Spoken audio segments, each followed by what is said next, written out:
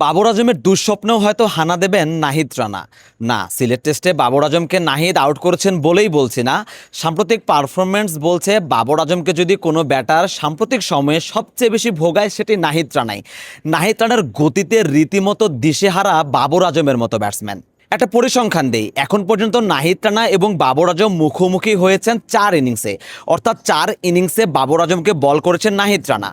এই 4 ইনিংসে নাহিদ বাবরকে আউট করেছেন মোট 3 বার। পরিসংখ্যানটা যদি আরো একটু স্পেসিফিক্যালি বলি, এখন পর্যন্ত বাবর আজমকে নাহিদ রানা 39টি বল করেছেন।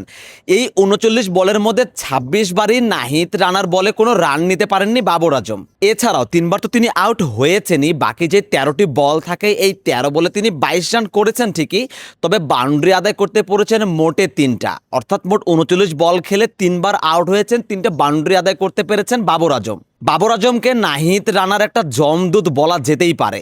অনেকে তো মজা করে বলেন পিএসএলে নাকি বাবর আজমের দলে নাহিদ রানাকে খেলানোই হয়েছে যাতে বাবরকে নাহিদের বল ফেস করতে না হয়। এবং আপনি দেখেন এবার পিএসএলে কিন্তু বাবর আজমের দল পেশোয়ার জালমি চ্যাম্পিয়ন হয়েছে এবং সেখানে সবচেয়ে উজ্জ্বল যে পারফরমেন্সটা ছিল সেটা নাহিদ রানার।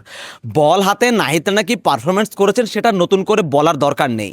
বিশেষ করে ফাইনালে একটি ম্যাচের জন্য নাহিদ রানাকে রীতিমতো উড়িয়ে নিয়ে গেছে, তাকে রীতিমতো প্রাইভেট প্লেন ভাড়া করে একটা ম্যাচ খেলানোর জন্য নিয়ে গেছে এবং সেই ফাইনালে নাহিদ রানা রীতিমতো পারফরমেন্স করেছেন, 2টি উইকেট তুলেছেন। এছাড়াও পাকিস্তানের বিপক্ষে তিনি ওয়ানডে ম্যাচ খেলেছেন, সেই ওয়ানডেতে তিনি একটি 5 নিয়েছেন এবং সবশেষ টেস্টে ঢাকার টেস্টেও কিন্তু একটি 5 আছে। নাহিদ রানার জন্য পাকিস্তানকে পেলেই একটু বেশি উজ্জ্বল হয়ে ওঠেন।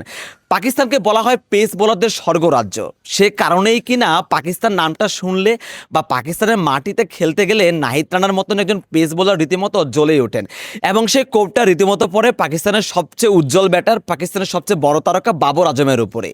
তো যেটা শুরুতেই বলছিলাম, বাবর আজমের বিপক্ষে নাহিদ রানা যে পারফরমেন্স করছেন, কে জানে দ্বিতীয় ইনিংসও যদি তারা মুখোমুখি হন সেখানে হয়তো বাবর আজমকে রীতিমতো তিনি গুড়িয়েই দেবেন এবং বাবর আজমের দুঃস্বপ্নে নাহিদ রানা হয়তো আসতেই থাকবেন। সারোয়ার সেতু, আজকের পত্রিকা।